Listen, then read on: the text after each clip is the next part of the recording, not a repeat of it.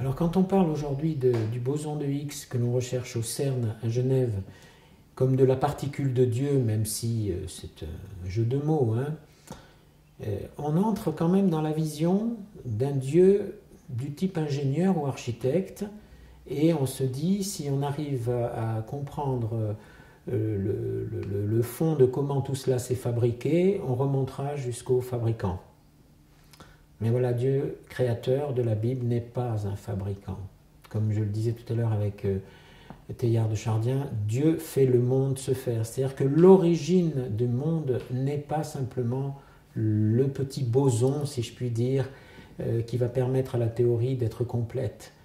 Le créateur, c'est celui qui donne souffle ici et maintenant. Et je peux tout à fait comprendre comment le monde est advenu. Ce n'est pas pour ça que je comprends pourquoi il est advenu. C'est toute la différence entre le comment et le pourquoi, même si les deux sont liés et doivent s'articuler.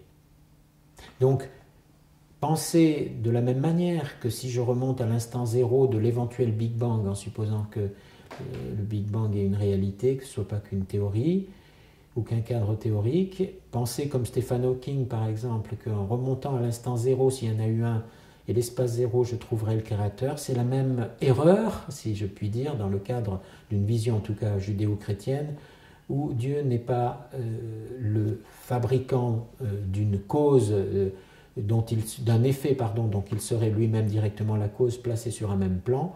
Il est transcendant, il est au-delà, et l'origine c'est ici et maintenant, et pas simplement au début ou à la fin des temps.